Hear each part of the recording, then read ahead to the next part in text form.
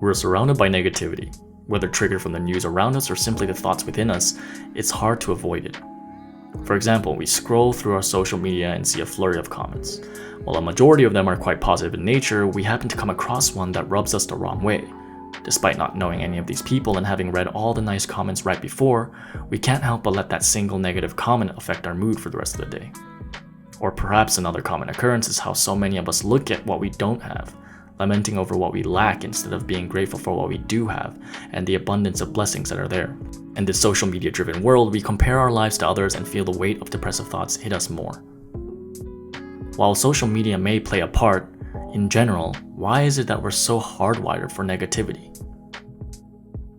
Unfortunately, the fact of the matter is that despite our best efforts to be positive, studies have shown that negativity is in fact innately part of us.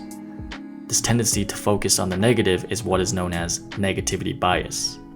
When we come across situations, thoughts, emotions, or interactions of both equal intensity, the more negative things in nature may affect our psychology and moods harder than the positive ones.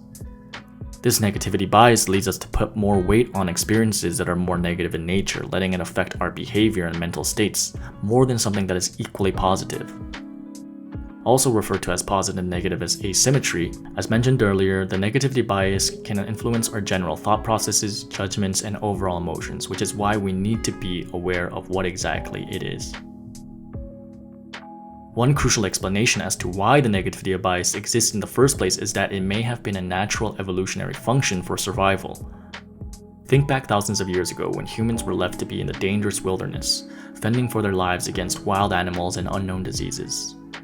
This constant exposure to imminent threats may have created a biological need to perceive everything as dangerous, aka negative. This was probably meant to help keep us alive. In other words, those who paid attention to the bad things around them were most likely to survive, so as a means of natural selection, these adaptive genes were probably passed down. Psychology professor Paul Rosen and senior lecturer PhD Edward Roisman examined the negativity bias in detail, breaking down why it manifests via the following 4 concepts. The first one was due to negativity potency. This is the idea that the saliency of negative and positive emotions and experiences are simply not equal, despite the emotionality or weight of them being equal. According to their study, negative entities are stronger than the equivalent positive entities. A second element to negativity was the negative gradients. This refers to the notion that the closer we get to a given event in space or time, there is a steeper negative gradient effect than a positive one. In other words, we perceive things to be increasingly more negative the closer we get to a negative event, while for positive events, the closer we get to it, the less distinctively positive we feel in comparison. The third is negativity dominance. We naturally view the whole of any given event or experience as much more negative than the sum of its parts. This means that we have a tendency to lean toward having a negative interpretation of a total event instead of concentrating on the specific positive or negative components of that experience. Finally, there is something called negative differentiation. Considering there is plenty of evidence suggesting that negative events are much more complex than positive ones, our brains are required to use up much more cognitive resources to manage and mitigate the consequences of such negativity. As a result, we tend to remember such experiences more, which is why we put more weight on them. This idea of investing more time, energy, and mental resources into minimizing such complexity comes from the Mobilization-Minimization Hypothesis.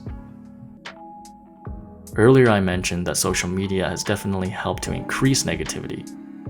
However, although this is very true, brain studies do indicate that we begin to pay attention to negative stimuli as early as 3 months old to even a year. This illustrates that the negativity bias emerges in us long before we become an adult. As mentioned earlier, the fact that we put more weight on things that are more negative instead of positive can really impact our decisions, motivations, and interactions at large.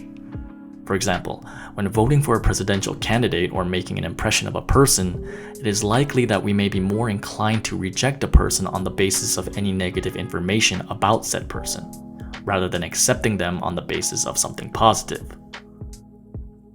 By letting the negativity bias skew our judgments and decisions, we run the risk of losing out on meeting genuinely amazing people, seizing beautiful moments, and missing potentially life-changing opportunities. Therefore, to combat the negativity bias, we need to learn to be more mindful through meditation.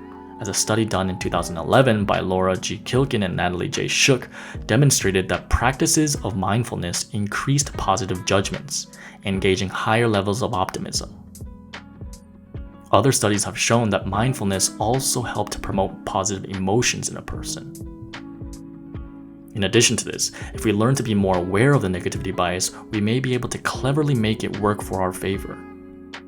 Studies have shown that when it comes to the motivation of completing a task, we are more driven to do so when avoiding a loss rather than for the sake of a gain.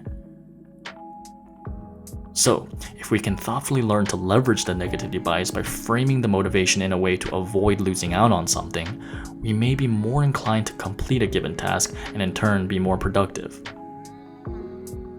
Although we're stuck with the negativity bias at an early age, we do not need to be defined by it. As long as we are mindful in our behaviors and decisions, we can learn to take control of our lives more intelligently. Whatever we choose to do, it's important to be wary of the negativity bias as best as we can. Although our brains are tricked to look at the negative, our memories, on the other hand, are not always stuck to it. In fact, the fading effect bias may be one way our brain tries to highlight the positives. To learn more about that, watch the video on the left, and for more cognitive biases and content like this, subscribe to the channel and watch the playlist on the right.